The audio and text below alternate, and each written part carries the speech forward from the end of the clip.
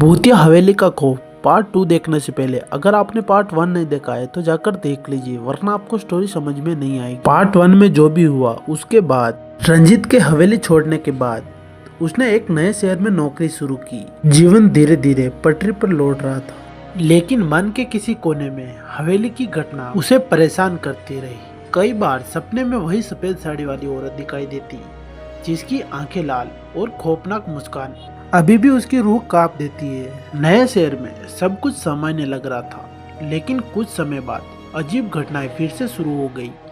रात में दरवाजे खुद ब खुद बंद होते और खुलने लगते, कमरे में तेज ठंडी हवा चलती और कभी कभी उसे किसी के चलने की आवाज सुनाई देती। एक रात जब वह ऑफिस से लौटकर सोने गया तो उसे लगा कि कोई उसके बगल में खड़ा है।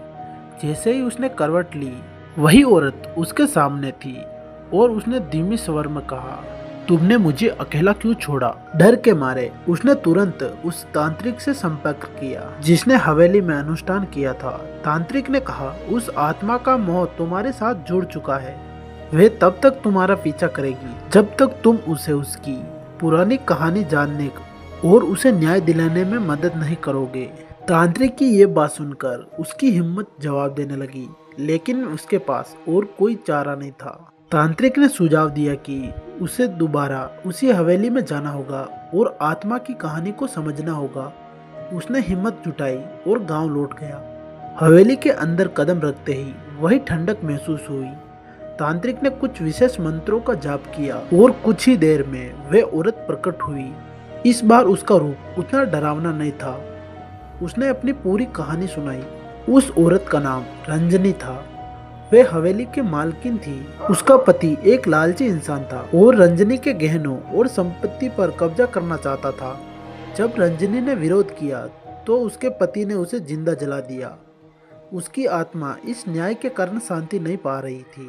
रंजनी ने उसे कहा, मेरे पति की आत्मा अब भी उस हवेली में बंद है। वे अपने पापों के कारण मुक्त नहीं हो सकते। मुझे न्याय चाहिए। उसे दंड दिलाने में मेरी मदद करो। तांत्रिक ने एक बड़ा यज्ञ करने का निर्णय लिया। ये यज्ञ न केवल रंजनी की आत्मा को शांति देगा, बल्कि उसके पति की आत्मा को भी दंडित करेगा। यज्ञ की रात हवेली में एक अजीब घटना शुरू हो गई। ऐसा लगा जैसे हवेली में अंदर एक भूकंप आ रहा है। यज्ञ के बाद हवेली एकदम शांत हो गई।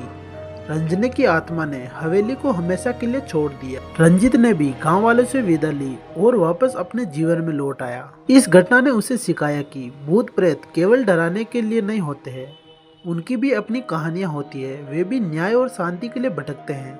आज जब भी रंजीत उन दिनों को याद करता है तो उसे डर के बजाय एक अजीब सी सुकून महसूस होती है।